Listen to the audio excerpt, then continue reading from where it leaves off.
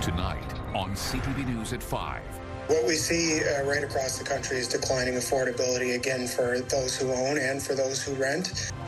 Climbing the mortgage mountain, monthly payments keep carving into the bottom line. I can be inspired by the reflection in a window, a series of colors that I see somewhere. The fine art of graphic design. Marion Banshees brings her artistic impressions to Lunenburg. Just to know that he's not going to be there the next time we're going is, it's definitely sad. And gone but not forgotten, one of Magnetic Hill Zoo's most beloved residents is remembered. And clear and cool. We're in for a calm night ahead with another sunny day on tap for Friday. Live from the Maritimes News Center, this is CTV News at 5. Good evening and welcome to CTV News at 5. I'm Maria Penopalis. Thanks for joining us. First at 5 tonight, home stretch. How much of your take-home pay goes to your mortgage? In Halifax, it's probably about half. A new study highlights the increasing cost of housing, and as CTV's Hafsa Arif reports, while many Maritimers are already stretched thin, others have simply given up on their dream of home ownership. Hi there, Hafsa. Hey, Maria, that's correct. The numbers from a Fraser Institute report show families earning the city's median income would need to spend more than half of their after-tax earnings just to cover monthly mortgage payments on a typical home. If it feels like owning a home in Halifax has slipped out of reach, the right-leaning Fraser Institute's report suggests you're not imagining it. What we see right across the country is declining affordability, again, for those who own and for those who rent. We've seen massive increases in population and relatively stagnant income. For the last 10 years, owning a home has become more difficult. And for those that already do, shouldering the financial burden has been getting harder. Across Atlantic Canada's largest cities, mortgage payments now take anywhere from 27% in Fredericton up to Halifax's 52% of a median family's income. In this region, we have stagnant incomes combined with rising costs. There are a number of government policies driving this problem when it comes to constraining supply through regulations, taxes, fees, and land use guidelines. Mortgage broker Alex Lavender sees the strain every day, especially as the price of homes in the city go up. About $25,000 of income gets you about $100,000 of mortgage money. So someone buying a $400,000 or $500,000 house needs about $100,000 to $125,000 of income for a 5% down payment. Even with interest rates, though they've stabilized, they're still far higher than what buyers were used to just 5 years ago. In the high 3% range today, maybe low 4% range. And I think a normal range would be about 2.5% to 3.5%, which would help a little bit for affordability, but house prices are the big thing that's holding people back. Even for those able to enter the market, Lavender cautions that the costs don't end with the mortgage. So you've got your property taxes, your heating costs, water, insurance, etc. You just have to really budget in and predict where those might go also. Now, Maria, I spoke with people around the city today who did not want to appear on camera, but told me none of this comes as a surprise. In recent years, many say they've just been trying to keep up, juggling rising bills one after another. Maria? Oh, it makes sense after everything we hear every day. Thank you, Hafsa. CTV's Hafsa Arif for us in Halifax this evening. All right, let's head over to the anchor desk where Todd Battis now is standing by with a look at the day's headlines. Hi, Maria, and more on your money tonight. Nova Scotia Power is on the defensive, this time over sky-high bills. The utility is promising customers won't pay for more than they use. Customers and politicians of all stripes are demanding answers. But after a massive security breach, a cybersecurity breach, you'll recall, it's still going to take months to sort things out. Callum Smith will explain at 6. A 43-year-old St. John woman has died after a collision with a city transit bus. This happened shortly after 6 this morning on the city's east side. Police say they haven't determined what led up to the deadly encounter. We will have more for you in your newscast. And this evening, an inspirational story about a young Nova Scotia woman who is dealing with a devastating diagnosis. Her heart transplant is failing, and doctors say it is irreversible. So she's spending what time she has creating memories with her loved ones and hoping to raise awareness about organ donation. It's a story you'll see here on CTV News at 6, and that will be brought to us by Stephanie Seacos, who's also doing double duty tonight, in for meteorologist Kayla Mitchell, who's on assignment this evening. Steph, that's before we start with the weather, it's a really powerful story. It really is. Both Rebecca and her mother, Jennifer, very inspiring people. I'm honored to bring that story tonight at 6 o'clock. Just lovely people, and trying to check off some items on the bucket list there. So we'll have more next hour. But as for now, the forecast today, gorgeous day across the region. We saw very sunny conditions, even seasonal temperatures, but because the winds were on the lighter side, it didn't feel too cold out there whatsoever today. As for those current temperatures right now, 5 degrees in Halifax, 2 in Fredericton, and 2 right now in Charlottetown. And as for those wind gusts, again, it's been very calm today across the region in this department. We've just been seeing some light and variable winds around the region, and that trend will continue into the evening hours, even into tomorrow as well. As for those conditions, though, we'll just be seeing some calm conditions even through the evening hours tonight. Mostly clear out there again. A little bit cooler tonight, though we will, nothing surprising. There it is, seasonal for this time of year, feeling a little bit cooler out there when you factor in that wind chill this evening. As for tomorrow, generally across the region, a mix of sun and cloud for most areas. Lots of sunshine, especially to start the day, but we will see some increasing cloudiness, mostly through more northern areas of New Brunswick and eastern areas of Nova Scotia. We'll see some showers or flurries moving in late in the afternoon or early in the evening hours. We could see that spreading elsewhere through the region as well. Into the weekend, we will see lots of sunshine returning for most areas. I'll have those details coming up in the full forecast in just a little bit, Maria. Thank you, Stephanie. Right now, though, time for our first break here on CTV News at 5. Stay with us. Still ahead, find out how to win a set of tires with our Winter Wheels contest. We're giving away a set to each maritime province. But first, we've got this story. Hi, my name is Marion Banshees, and in a little bit I'm going to be telling you about my artwork and my gallery here in beautiful Lunenburg, Nova Scotia.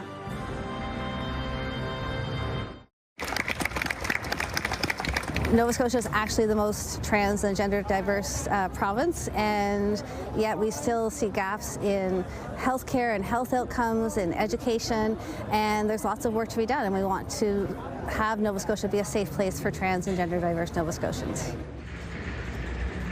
Transgender Day of Remembrance was marked with a flag raising at Nova Scotia's Province House today. Across Canada and around the world, ceremonies of remembrance are held to pay tribute to those who have lost their lives to hate and anti-transgender violence. The flag raising was followed by a reception in the Red Chamber. Our next story now. Marion Banshees is an internationally recognized graphic artist whose work has been featured in hundreds of magazines and print ads. Now, as CTV's Mike Lamb shows us, she started a new chapter, opening her own studio in Lunenburg County.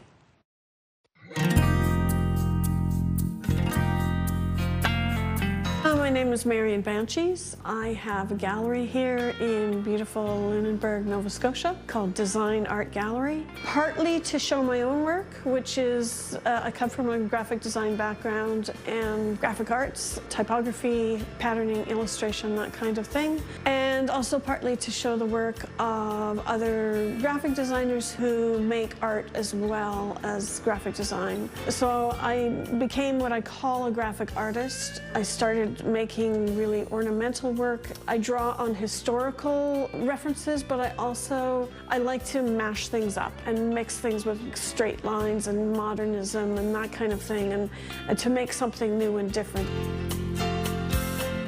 My work is ornamental, very detailed, sometimes labor intensive, and I work in a huge variety of mediums, from digital to collage to painting.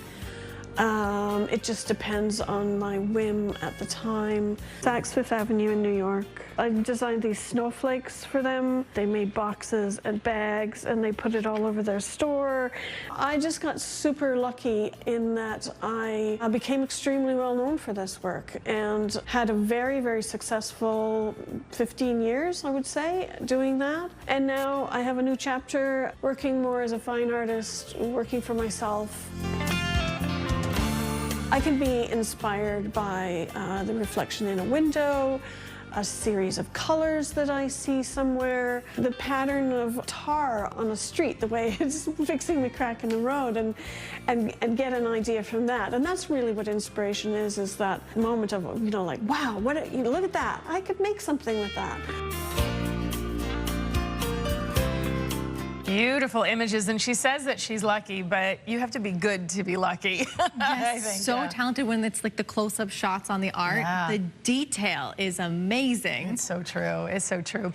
Lots of details in the weather department today as well. Yes. It hasn't been as cold as it's been, though. It does feel like things have kind of pulled off a little bit. And that's due in part to the wind. We've just been seeing those nice calm winds around the region today. It was very sunny too, very pleasant for much of the Maritimes, and lots of sunshine this afternoon over the Stewiacke River. Very mild for this time of year. I'll have that full forecast next.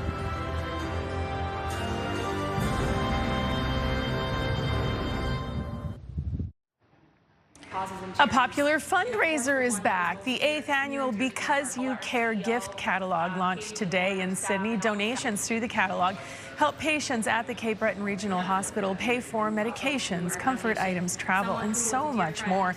This year, it's in memory of Nadine Keller-Wadden. Nadine was a dedicated volunteer for several community causes, including her late daughter's legacy, Molly's Mission. Past tragic event.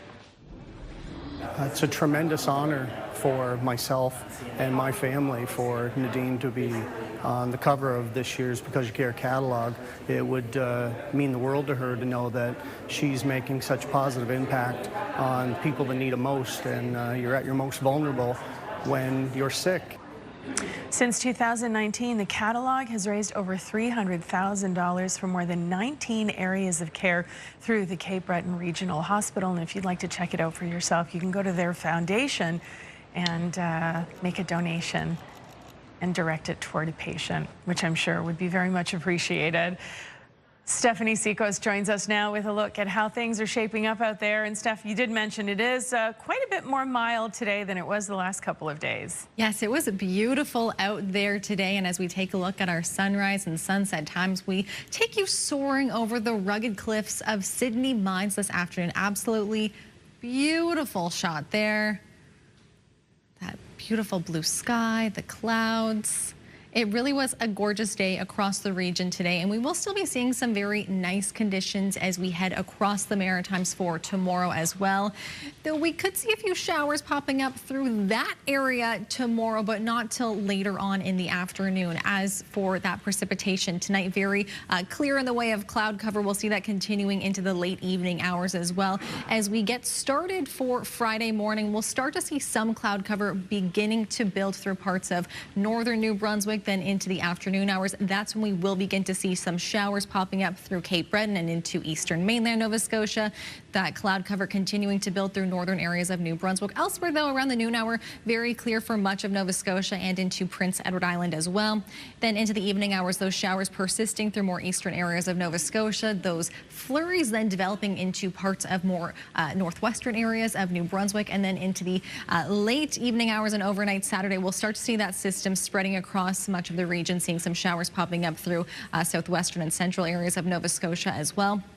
As for the winds, so part of the reason why, of course, we have been seeing these milder temperatures and they haven't been feeling too cool out there is because the winds have been on the lighter and variable side. So they haven't been from the north, which would typically be bringing the temperature down at this time of year. So seeing those very light winds, and this will continue into the evening hours as well, even into the early hours Friday. Still seeing those winds gusting just between about 10 to 20 kilometers per hour for the most part. Again, variable directions as well for tomorrow. It's later on in the overnight hours Saturday that we'll start to see the winds picking up from the west, gusting between about 20 to 30 kilometers per hour, 40 at Clark's Harbor. And this will then continue into the afternoon Saturday, a little bit gustier through more northern areas of New Brunswick. So may affect the temperature just a little bit Saturday. As for tonight, we'll see a low of -5 in Halifax, -6 in Fredericton, -4 in Charlottetown. Mostly clear tonight, a little bit cooler out there as well when you factor in that wind chill. For tomorrow from northern areas of New Brunswick, we'll see that increasing cloudiness again. There is that chance of some showers or flurries later on in the afternoon or early in the evening hours. We'll see those highs tomorrow right around that freezing mark, 0 or 3 degrees for Bathurst, Miramichi, and Caracat. For central and southern areas of New Brunswick, we'll see a mix of sun and cloud for tomorrow. Those winds remaining on the lighter side, highs between 0 and 5 degrees. For Prince Edward Island, mostly sunny day for tomorrow, highs around 7 degrees. So very seasonal temperatures for this time of year. It should be feeling very similar to what we saw today, just with those lighter winds as well. For Cape Breton and eastern mainland Nova Scotia, starting off with some sunshine, but then those showers will begin to develop around the noon hour. A little bit windier here for tomorrow. For central areas of Nova Scotia, we'll see some increasing cloudiness through the day, some showers later on in the evening. There is a chance of that. We'll see highs around 6 degrees. And through southwestern areas of Nova Scotia, mostly sunny for tomorrow with that high around 6 degrees. That's a look at your forecast. Now we'll take a look at tonight's Weather Watcher. And it is 11-year-old Weston Shepherd from Burt's Corner, New Brunswick. Weston has sent us a drawing of being out on a gusty fall day with the wind knocking the leaves down off the tree. We've certainly been seeing that a lot lately. Thank you, Weston, and great job. Now, if you'd like to be one of our weather watchers, you can send your weather-related drawing by mail. The address is on your screen, or you can email them to kaylin.mitchell@bellmedia.ca. Maria. Thank you, Stephanie. So in just a moment, we will tell you how to win 4 Hankook winter tires. But first, some timely tips with Move Radio's Sarah Betts, who's standing by with a special guest. 'Tis the season, it's tire season, it's what everybody's thinking about. We're here at Coast with Matthew McLeod. You've got everything we need, including the appointments that need to be made. We sure do, Sarah, and I've got something new to tell you a little bit about that I'm really excited about. So about a year ago, there's a new standard that came out for tires. It's called the ice grip symbol. Okay. So what you're probably used to seeing on the side of your tire is that little mountain with the snowflake in the middle. That's the Three Peak Mountain snowflake. But now the tire manufacturers have a new standard called ice grip. And what that is a little mountain with some ice inside of it and the words ice grip on the side. And that tells you that your tire is designed to run on ice. Wow, which in the Maritimes, you know we're going to need. For sure. There's black ice at every intersection, and you've got that slushy mix on top of it. You really need a tire that's equipped to get you through it. And so one of the tires that we've got here, the Winter iCept IZ3 from Hankook, it's an ice grip certified tire, and it's going to get you through even those most challenging conditions. And the best part about it is you don't need studs. Okay. So you're not going to have that road noise, that click, click, click, click, click. You're not going to have to worry about what parking garage you choose because the regulations won't let you in. You've got everything that you need right here in this ice radial, the ice grip symbol. You're going to get that confidence when you drive, and you're going to make it up those hills every time. Which is what we want, obviously. That's right. No, nothing worse than getting stuck somewhere at the bottom of your driveway, at the bottom of the hill, and you want to make sure that you're driving with confidence, and a product like this will definitely get you there. Amazing. So let's get them on sooner rather than later, eh? Yeah, that's right. Make the call, get those appointments in, and get them changed over before that first snowfall. Okay, Matthew, thanks. Here it goes. Thanks, Sarah. Oh, thanks you too. And now the moment you've been waiting for. CTV and Coast want to help you get ready for the change of season with our Winter Wheels contest. 3 lucky viewers, 1 from each maritime province, will win Coast's Ready for Winter bundle. The prize package includes 4 Hankook winter tires, installation, 4-wheel alignment, and a synthetic seasonal maintenance package. To enter, go to ctvatlantic.ca and follow the contest prompts, or scan the QR code on your screen right now. You can enter once per day until Saturday at 5, and we'll announce the winner on November 28th. Good luck, everybody. All right, time for a break, but here's a preview of what's coming up next. I'm Josh Smith in Moncton. The Magnetic Hills Zoo said goodbye to one of its beloved animals. We speak with the families who grew up visiting Azizi the lion and the former director who welcomed him to the zoo. More on that story coming up on CTV News at 5. One of Magnetic Hill Zoo's most beloved animals passed away yesterday. Azizi, the African lion, had been a favorite for years, drawing in families from across the region. CTV's Josh Smith now talked with some of the people who have fond memories of the giant cat. The Magnetic Hill Zoo is mourning one of its well-known animals today after announcing the death of Azizi, its 18-year-old male African lion. In a statement, the zoo says he had been on specialized geriatric care for years. But his health declined sharply this week, leading the veterinary team to humanely euthanize him to prevent further suffering. It's always exciting when you get new animals and they arrive from a zoo in Ontario. It was the spring of 2009. Azizi was about 15 months old, and Amara, the female, was 9 months old. Bruce Dugan ran the Magnetic Hill Zoo for nearly 3 decades and remembers the excitement around the new arrivals. All the keepers are hyped up about the new arrivals and so on, for sure. I mean, people love to come and see big cats, lions, tigers, cougars, jaguars. For many families, Azizi became a part of their routine and their memories. It was very crushing. I was thinking about my daughter. She's just over 1, and even now when she sees the lion, she like growls. She's already making memories of it, and just to know that he's not going to be there the next time we're going is, you know, it's definitely sad. Jordan Duguay says the lions were always a highlight. When we pull into the parking lot, you leave your car and you hear the lions right away, and she'd be like, oh, and you're like, oh yeah, that's the lions. We're going to go see those. Dugan says this will be an adjustment for Azizi's longtime companion, Amara. And to lose a partner is not easy, whether it's a human partner or lion, another lion or another jaguar or whatever. So I think it certainly will have an impact on her, but life must go on. So Azizi may be gone, but the zoo says the impact he left will stay with people who visited him. Staff will now keep a close eye on Amara. Josh Smith, CTV News, Moncton. Thank you, Josh. I remember in 2009 when Azizi and Amara actually came to the zoo. It was a big deal. And I've been to the zoo and heard him kind of do that roar in that growl. It's like a great loss. And I know everyone at the zoo is mourning him today. So. Yeah, always sad when that happens. Absolutely. All right, well, before we go, we have a little bit of time to talk about what you're working on for 6 o'clock. Yes, I'll have a little bit more details on the rain and snow, the flurries, not quite snow, that are on the way for parts of the region tomorrow. And then a preview of that weekend forecast as well. Lots of sunshine on the way. Excellent. We'll see you and Todd at 6. I'll see you tomorrow. The national news is next. Thanks for watching. Good night.